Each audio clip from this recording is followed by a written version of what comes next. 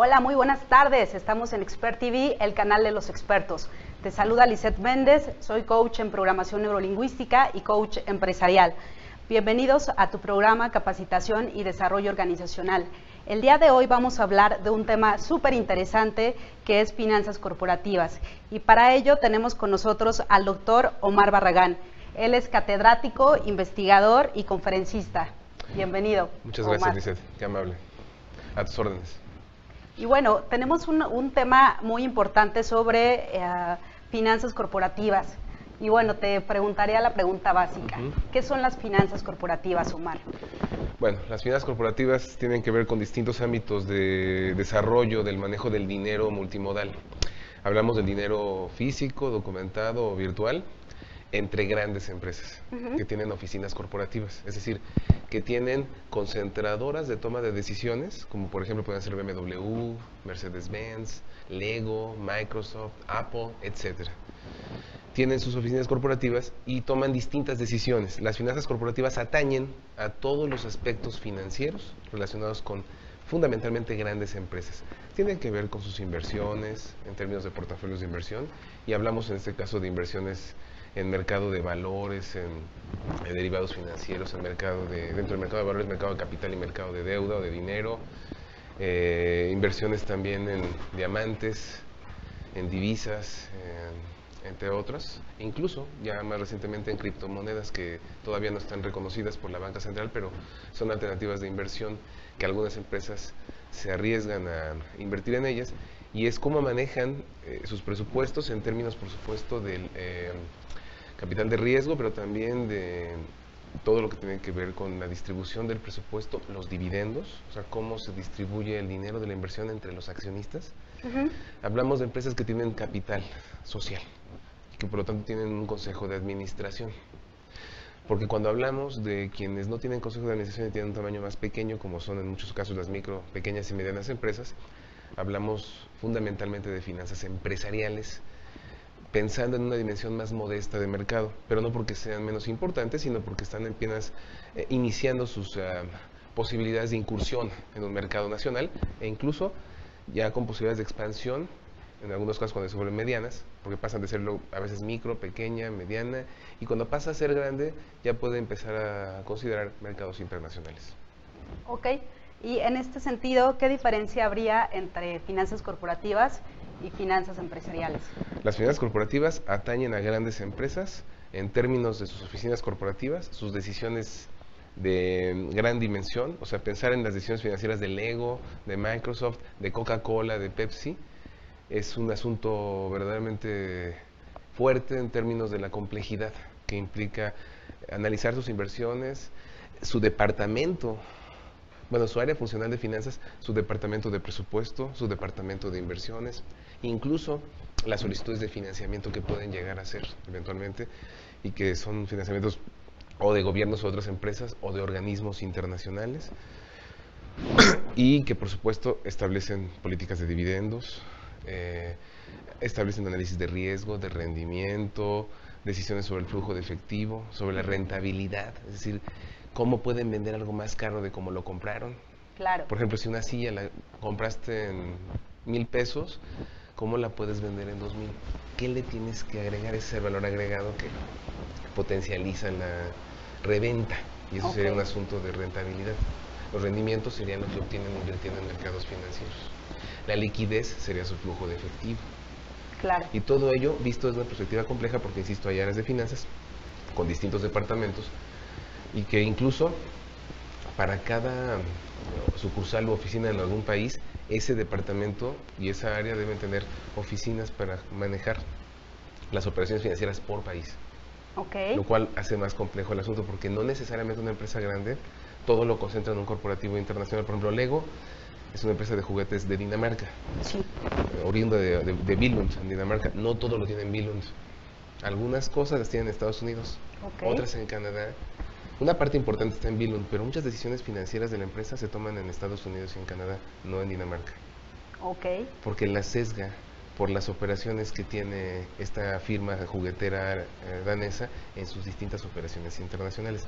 El mismo caso lo tenemos con Apple, con Microsoft, con Unilever, con Procter & Gamble, con Pepsi, con Coca-Cola, etcétera. Ok, perfecto. Y en este caso, ellos toman la decisión de acuerdo a la estrategia.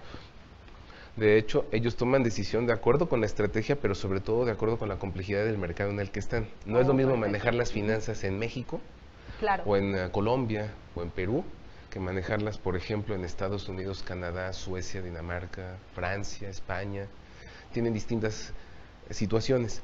Pensar que las finanzas se manejan igual en cada país sería suponer que el sistema financiero de todos los países está totalmente integrado, Sí, lo cual es muy discutible. Claro. Sí hay una estructura básica. Los sistemas financieros tienen un banco central, Ujú. instituciones de banca de desarrollo que son gubernamentales y dan préstamos para distintos fines, y la banca múltiple, que es banca privada, extranjera o nacional, que da servicios a personas físicas y morales. Pero aun cuando la estructura en términos de banca central, de desarrollo y múltiple pudiera ser que todos lo tienen, la lógica de operación es distinta, aún en bancos internacionales como BBVA, Claro.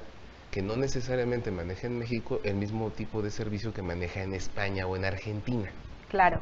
considerando Tropicaliza totalmente que las es un banco cosas. que, por cierto, tiene su centro de operaciones estratégicas en España, México y Argentina, porque controla las ligas de fútbol, soccer, por lo menos de México y de Argentina.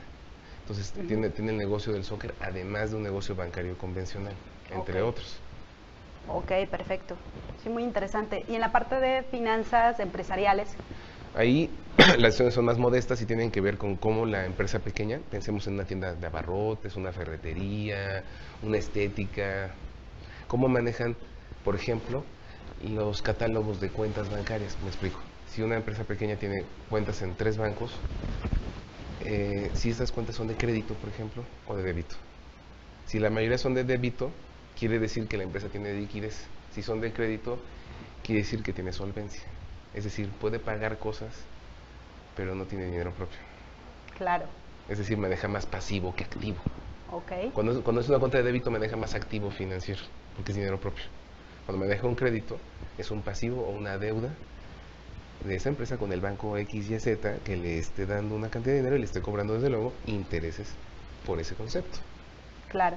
Y en este caso, por ejemplo, las finanzas corporativas, ¿siempre inician como finanzas corporativas o puede ser que alguien empiece con finanzas empresariales y de ahí vaya creciendo? De acuerdo a tu experiencia, ¿cómo es este movimiento? Lo ideal es que las empresas empiecen con finanzas empresariales, con Ok. un catálogo, un sistema de cuentas que parta de tener créditos a pasar de créditos a débitos. Es decir, Ok. yo pido créditos, debo ser capaz de poderlos pagar. La pregunta es, si yo estoy empezando como empresa, ¿cómo puedo pagar esos créditos si no estoy vendiendo? Sí. Una estrategia es que una parte del capital de la empresa, o sea, que la empresa no pida todo el dinero prestado para su Ujú. establecimiento, sino que tenga una pequeña reserva de capital.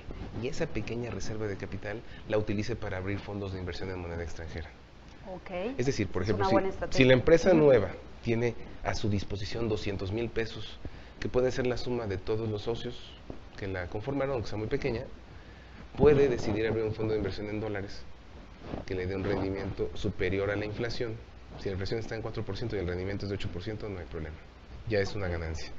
Entonces, ese rendimiento va a permitirle a la empresa sobrevivir, mientras potencializa la estructura de ventas en los Ok. primeros 2 a 5 años de su vida empresarial, dependiendo del giro. Me explico. En empresas de servicios, normalmente en 2 años se ven resultados, empiezan a notarse resultados. En empresas industriales puede tardar hasta 5 años, por procesos de explotación, de producción, que son más complejos. Hoy está súper interesante ese dato. No sabía, digo, y al final también depende mucho de la matriz y del tipo de venta que se dé, ¿no? Y toda Así esta es. parte de cómo va creciendo. Es muy variable. Obviamente, si hablamos de empresas industriales, siempre vamos a tener un problema de consolidación de más largo plazo. En Ok. empresas de servicios esto es mucho más rápido, porque un servicio no depende de tanta infraestructura ni de tantos insumos. Claro. Es Sí, algo más aparte, dinámico. ujú, No quiero decir que las empresas industriales no sean dinámicas, pero necesitan más capital ujú, y un tiempo más largo para ver un funcionamiento más apropiado de líneas de producción, cadenas de suministro, de abastecimiento, de distribución, de movimientos logísticos de mercancías.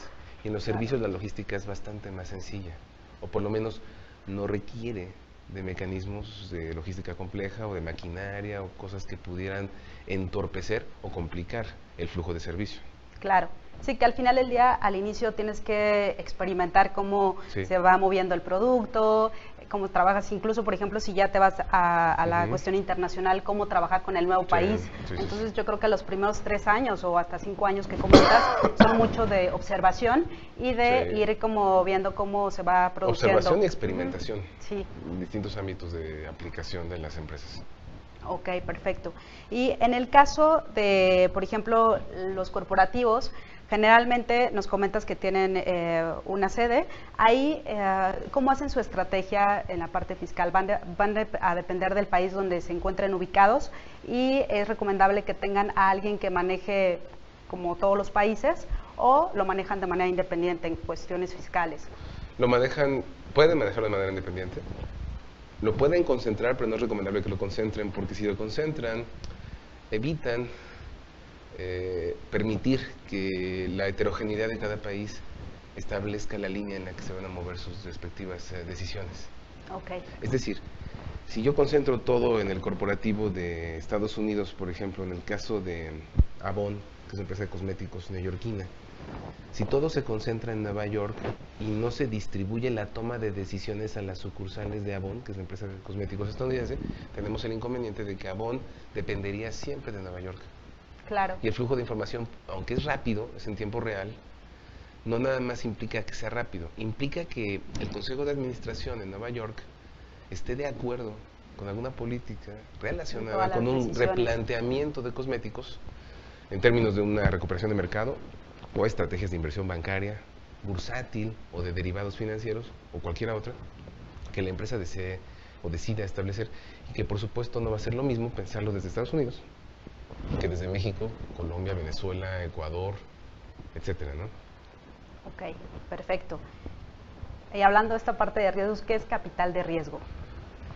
Es un capital que se puede poner a disposición de instrumentos derivados. Por ejemplo, los instrumentos derivados son instrumentos que derivan de operaciones básicas. Por ejemplo, no me fue muy bien en inversión bursátil, entonces saco el dinero de la bolsa y lo invierto en un mercado alterno. En México existe, se llama MEXDER. Ese MEXDER es un mercado mexicano de derivados, así es como se le llama de nombre completo, las siglas son MEXDER. Está en el mismo edificio de la Bolsa de Valores en Reforma. En este edificio, en estas instalaciones, se contratan instrumentos que permiten administrar el riesgo a través de contratos de futuros, opciones, forwards, swaps, que son contratos donde no se gana dinero necesariamente siempre, sino que se evita perder dinero.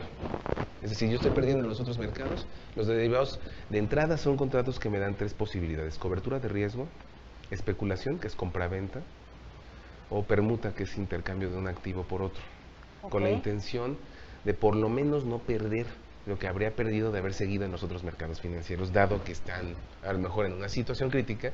El mercado de derivados ofrece alternativas que no ofrece los otros mercados financieros, como el de diamantes, el de divisas, el de metales, que son oro y plata, el de valores con mercado de capital y mercado de dinero. Cuando hay inestabilidad en estos mercados, el mercado de derivados ofrece alternativas de inversión que impliquen ganancias marginales, es decir, pequeñas, pero también permite que las empresas puedan reciclar su dinero y evitar colapsar financieramente por las caídas en otros mercados si hubiera alguna crisis generalizada en el país, el país que se trate, no solamente México, ¿no? Perfecto. ¿Y qué son los famosísimos portafolios de inversión? Bueno, nada más una complementación. El capital de riesgo también sirve para crear startups. El capital de riesgo también se utiliza para nuevos negocios. Si voy a crear una startup, que es lo más común ahora, hablar de negocios muy dinámicos, donde por cierto la Universidad de Harvard está haciendo un trabajo muy intenso para capacitar cadenas productivas en estados de la República. Entonces, en esa lógica de startups, el capital de riesgo es el financiamiento de empresas grandes a estas startups. ¿Qué es una startup? Es una empresa nueva en distintos giros. Puede ser, por ejemplo, voy a abrir una cadena de carnicerías. Va a sonar extraño, pero es un negocio válido. Voy a abrir mis carnicerías. ¿Qué voy a vender? Carne de res, cerdo, pollo. En esa carnicería yo voy a determinar lo que voy a hacer. La carnicería es para que yo me desarrolle en ese negocio, pero también para que la comunidad en la que lo abro se beneficie de que yo les distribuya la carne. Voy a poner un ejemplo. Si yo lo que quiero es nada más vender, es un proyecto empresarial. Ok. Si lo que quiero es tener a disposición esto para entregárselo a la sociedad o tener alguna forma de ayudarles con precios módicos sin hacer tanto negocio, es un proyecto social. Ok. Entonces, cualquiera de estos dos puede ser startup. Nada más que los startups más comunes son los lucrativos. Sí, claro. Los otros son para ayuda comunitaria, antes que para el lucro o beneficio económico o financiero de X proyecto nuevo. Claro, Y para eso se les da apoyo financiero. Claro, que ahorita las startups están como muy en boga y aparte hay muchas empresas que las están apoyando, Así ¿no? es. En esta parte. Así es. Pero obviamente también con el beneficio de que salga su nombre, ¿no? Implícito en el proyecto. Sí, sí, sí. Ok, perfecto. Entonces, los portafolios de inversión son una como distribución, tal. perdón, mil disculpas, son una distribución. Tú pones, por ejemplo, para dejarlo muy sencillo para nuestro público, pones un calendario y tú pones, es un ejemplo, tú vas a decidir dónde vas a distribuir tu dinero, por ejemplo. ¿Cuántos centenarios vas a comprar? Pensando que ahorita el centenario está en más de 25,000 pesos. Ok. No sé, voy a comprar centenarios. Luego, onzas Troy de plata, euros, libras esterlinas, dólares, acciones en la bolsa de valores, a través de algún intermediario, porque si yo soy una empresa nueva y no me conocen, no puedo llegar a la bolsa diciendo quiero invertir. Claro, tengo que hacerlo a través de un tener intermediario prestigio. financiero. Y eso me toma 5 años haciéndolo yo de manera indirecta. Entonces, tener metales como oro, plata, divisas, tener acciones en la bolsa, tener bienes raíces, estos se les llamaría instrumentos de portafolios de inversión. Y lo que voy a hacer en el calendario es poner el comportamiento que van teniendo. Yo puedo sacar una expectativa de cuánto podrían tener a futuro y lo voy comparando contra lo que voy logrando. Por ejemplo, hago una proyección a un año y entonces estoy pendiente cada semana, si se puede diario, de cómo se van comportando. Con los cierres mensuales voy viendo cómo va este comportamiento y obviamente voy viendo si estas alternativas de inversión me están conviniendo, debo replantear, debo quitar unas, otras no, qué debo hacer al respecto. Es decir, si a lo mejor las divisas no me están dando tanto a ganar, pero los metales sí, los bienes raíces sí, entonces voy a buscar esquemas en los cuales fortalezco esas alternativas y le destino menos dinero a las divisas. Ok. ¿Me explico? Es buscar en qué diversificar mi dinero, donde yo pueda ganar. Diferenciales de tipo de cambio, por ejemplo, si yo compro el dólar en 19, poderlo vender en 20 o 21.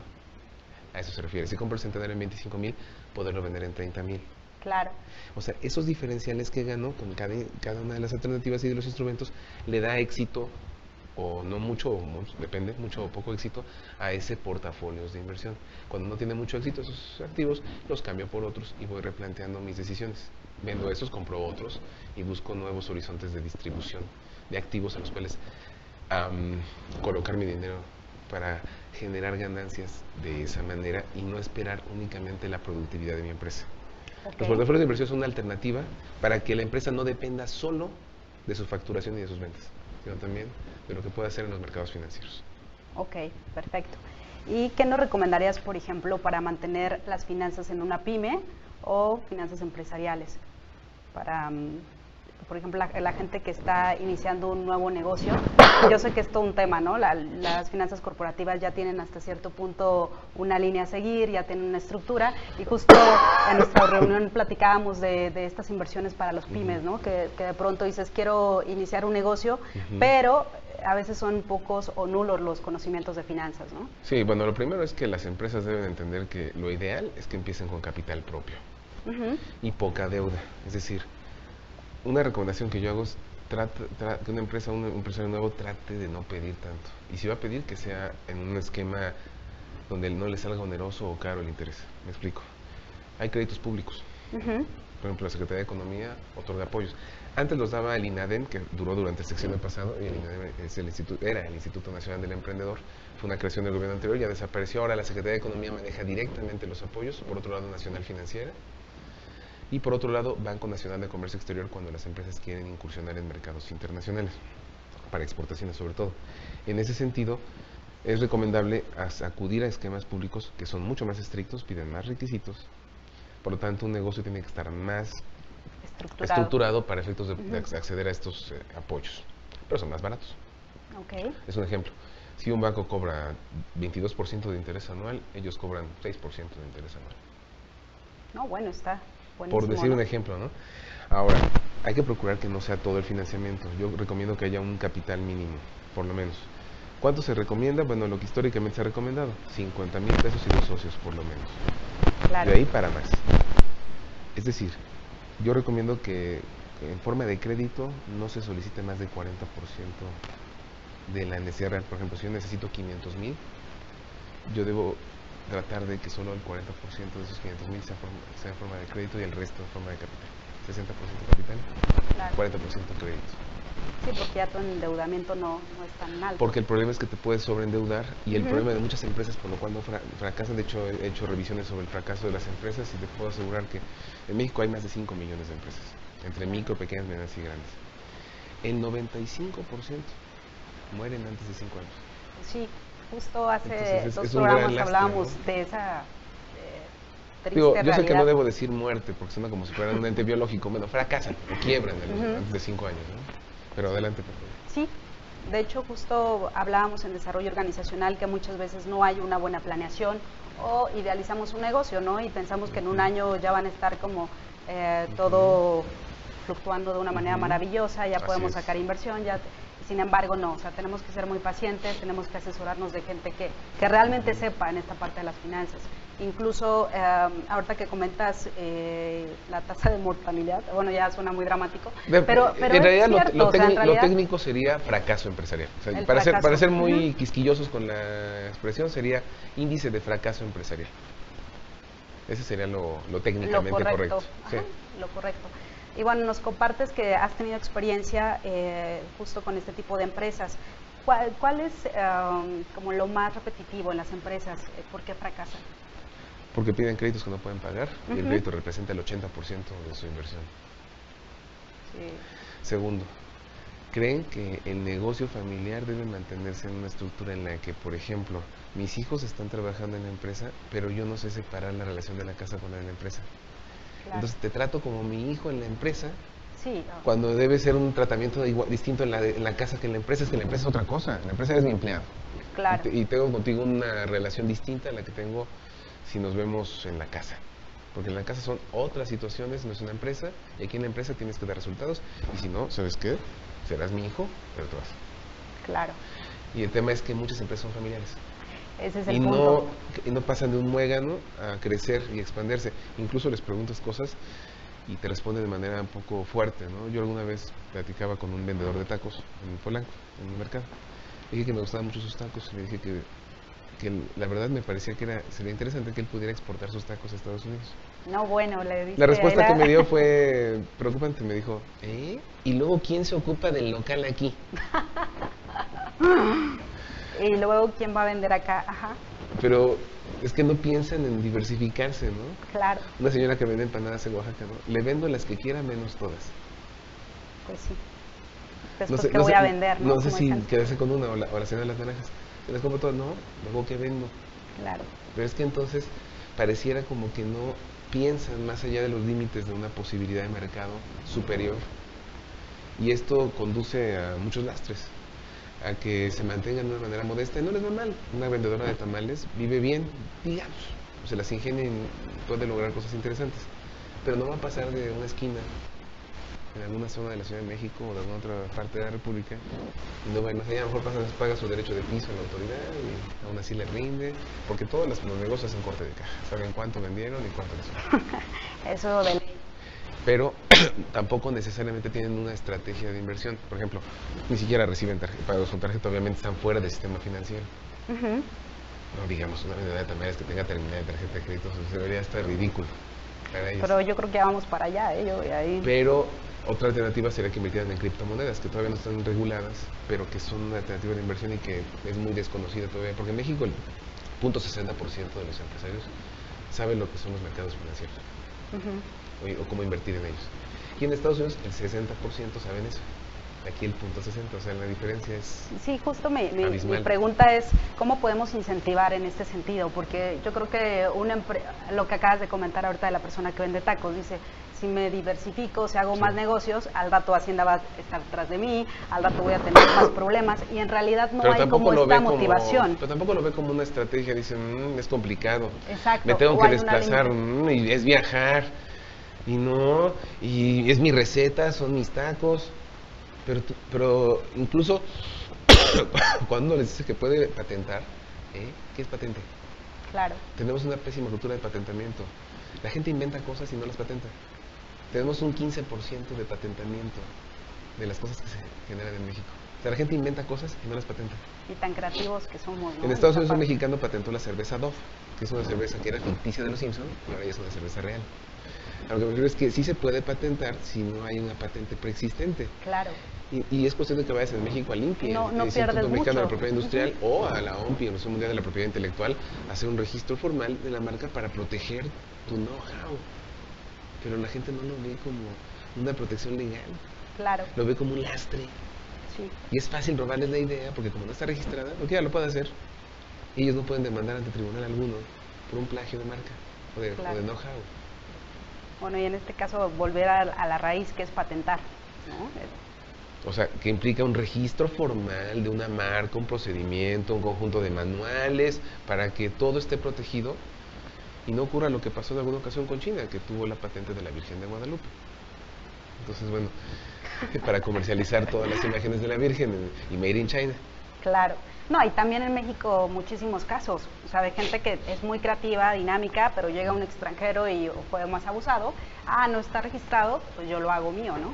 Y en realidad, como comentas, a lo mejor imaginamos que el proceso es muy largo, que vamos a perder tiempo, que no vale la pena, y pues llega alguien que tiene la curiosidad y como comentas, o sea, no es tampoco algo del otro mundo que sea imposible de hacer. Tú llegas justo al INPI, a estos lugares, investigas si ya existe la marca, si ya existe una patente, si ya existe el know-how o el cómo hacerlo, y al final del día ellos te muestran si en la base de datos existe. Claro. Y tú puedes hacer un planteamiento para que entre dentro de las nuevas que no existen y queda como un registro de marca.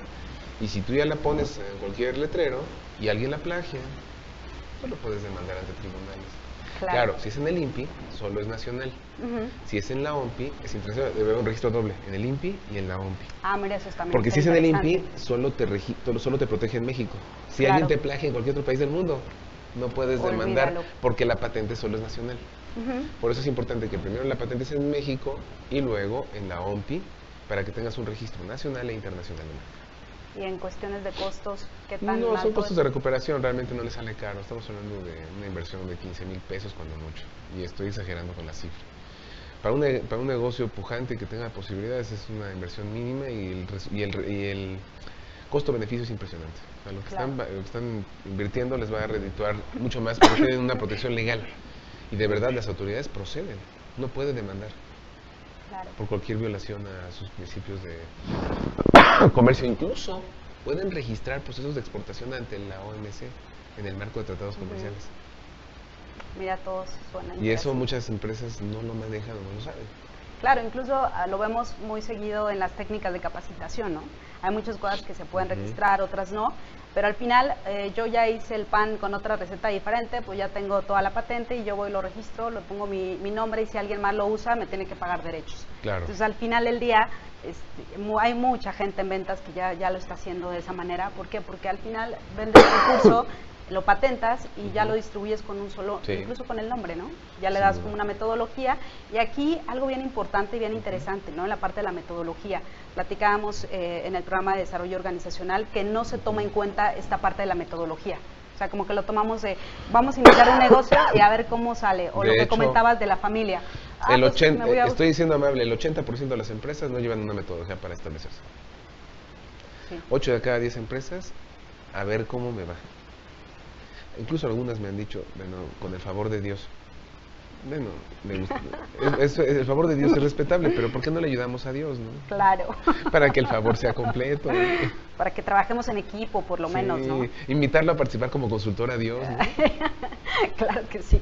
Sí, de hecho tiene que haber como esa inspiración, pero también el juntarse con los expertos. Yo creo que esta parte familiar que comentas es algo que lo vemos mucho en México, de decir, bueno, me voy a asociar con mi pareja, con mi familia, y al final del día si algo no funcionó, son temas familiares, pero no tenemos la madurez de decir, ok, yo voy a contratar gente experta, aunque sea mi hijo y esté estudiando para redes sociales y demás, pero no tiene todavía la experiencia, tengo que tener gente que no sea de mi familia, pero que realmente sepa del tema, ¿no?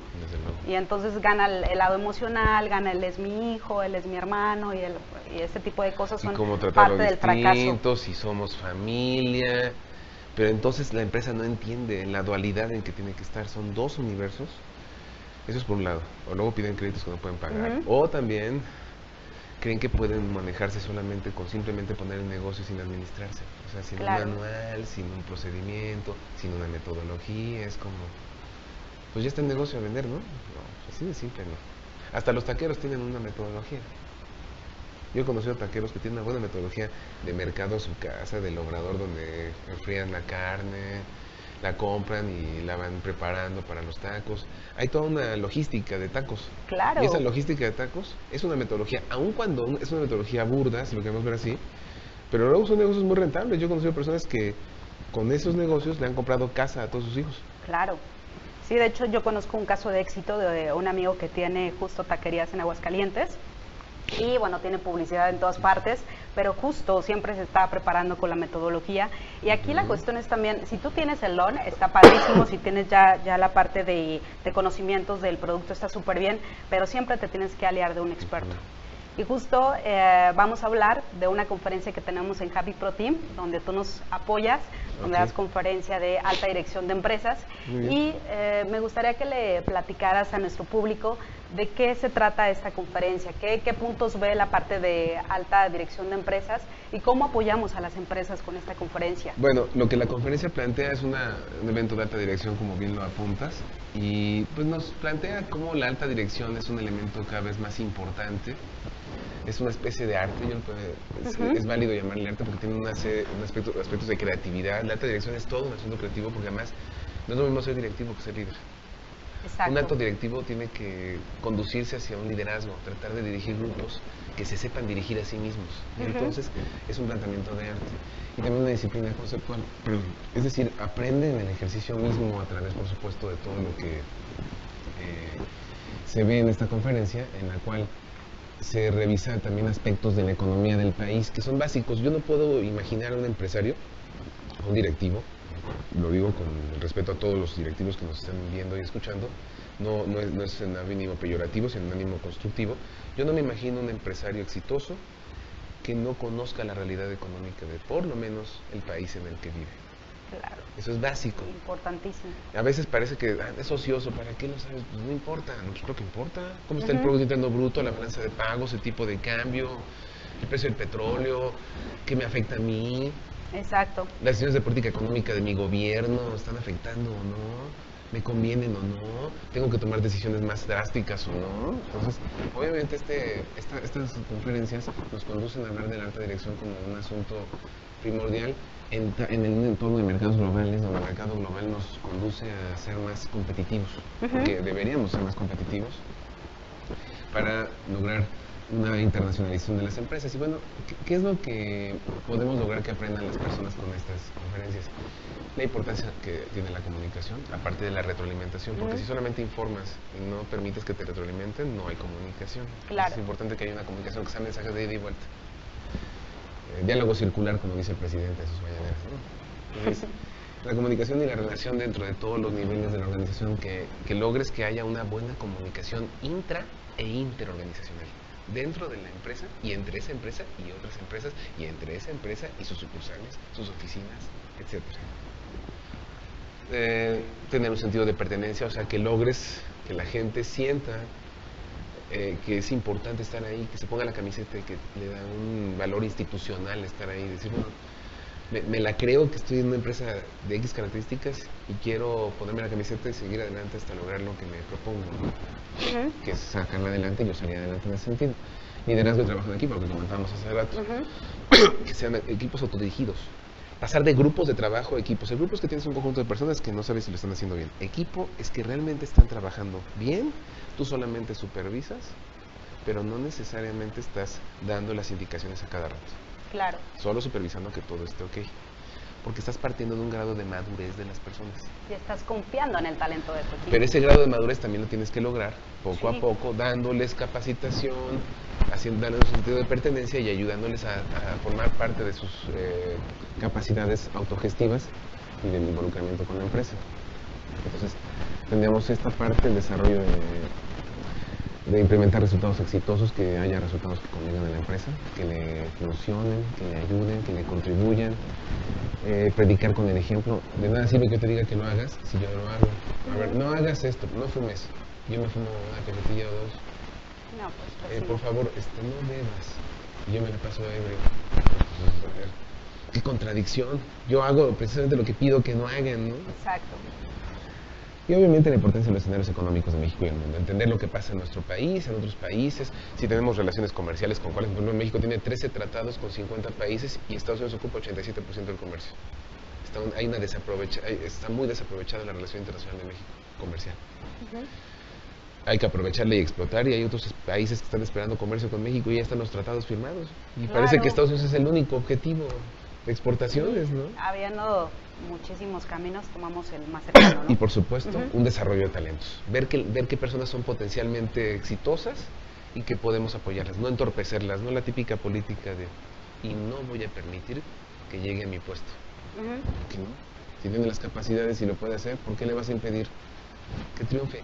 Si la empresa crece, tú puedes colocarte en otra área dentro de la empresa y vas a ayudar a esa persona. No se trata de que la veas como un estorbo, sino como una oportunidad de crecimiento. Y eso lo vemos muchísimo, ¿eh?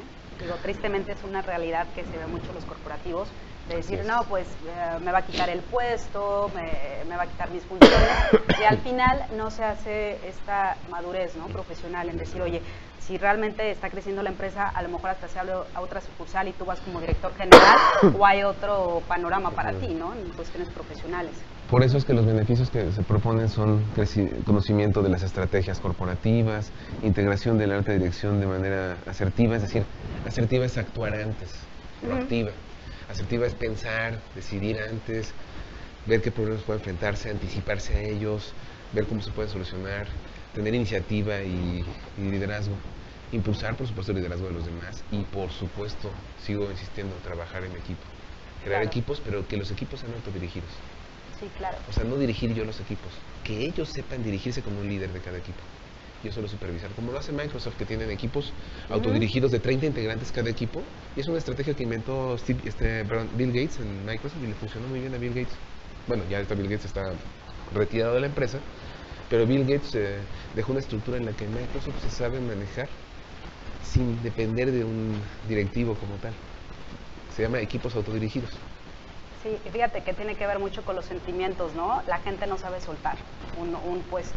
Pues así de, si yo no lo hago, el subordinado lo va a hacer mal, o lo voy a corregir, o va a haber un problema, y ya estás predisponiendo a la persona, ¿no? Entonces no hay una madurez, y lo hemos visto tristemente en algunas empresas, no hay una madurez del confiar, del decir, oye, yo me tengo que ir de vacaciones, te delego, y estoy súper tranquilo en mis vacaciones, no hay ningún problema, y al final del día confío en mi gente, ¿no? Claro. Eso es algo que hay que madurar muchísimo en México y en los corporativos. Ok, perfecto. De hecho, esta parte de alta dirección de empresas, tenemos dos formatos. Tenemos un formato que es como tal la conferencia de 2 horas donde tocamos puntos generales, pero también tenemos un formato de un taller. En un taller es algo como mucho más estructurado. ¿Por qué? Porque ahí hacemos una consultoría muy importante en la empresa, donde vemos sus áreas de oportunidad, sus fortalezas, en qué puede crecer, y de ahí vamos estructurando el taller. El taller puede durar desde 4 horas, 8 horas, hasta 2 meses, 3 meses, va dependiendo mucho de la evolución de la empresa. Y bueno, también algo importante que hay que comentar es que si tomamos un taller de alta dirección de empresas, siempre va a haber un consultor que te va a estar apoyando y que va a estar estructurando contigo cuáles son las mejores estrategias. Aquí, como comenta Omar, es muy importante el trabajo en equipo. Al final lo hemos dicho, ¿no? Las empresas conocen bien su estructura, sin embargo, con un consultor van a ser como mucho más estrategas en esta parte de los resultados. Entonces, es buenísimo esta parte de la estructura. Sí. Así es. Muy bien, Omar, pues muchísimas gracias por acompañarnos. No sé si tengas algo adicional que compartirnos. Pues bueno, yo sí sugeriría que las empresas que quieran ser exitosas tomen en cuenta por lo menos que para lograrlo necesitan tomar buenas decisiones financieras, conocer perfectamente los servicios financieros que se les prestan, manejar mucho mejor el dinero, separar las situaciones familiares de las empresariales, no excederse con las solicitudes de crédito, yo agregaría el banco, la banca múltiple, como HSBC, como Scotiabank, como BBVA, debería ser la última alternativa. Hay que buscar otras alternativas públicas o otras fuentes de recursos, y la banca múltiple que sea la última, porque los intereses son muy elevados y son los que terminan consumiendo a la empresa. Claro. Y obviamente las empresas que quieran ser exitosas deben tener mucho cuidado. No está mal pedirle crédito a un banco.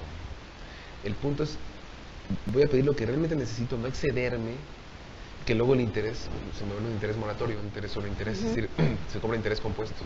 Al interés base se le aplican sobre tasas de interés y se vuelve una deuda prácticamente impagable. Claro. Sí, al final el dinero te termina consumiendo, ¿no? Y termina destruyendo el negocio. Así es. Muy bien. Eso sería. Pues un honor tenerte aquí con nosotros. Aquí en la parte como conferencista y catedrático. Fue un honor tenerte en el programa. Muchísimas gracias. No, Alicia, gracias a ti. Agradecemos que hayas estado con nosotros y Muy también amable. agradecemos a todos nuestros amigos que nos están viendo en vivo. Nos mandaron saludos de Los Ángeles. Nos da mucho gusto que nos estén viendo en otras partes del mundo. Y recuerda que estamos aquí para apoyarte, lo que necesites. Somos Happy Pro Team, mi nombre es Lizeth Méndez y nos vemos la próxima semana en tu programa Capacitación y Desarrollo Organizacional. Hasta la próxima. Chao.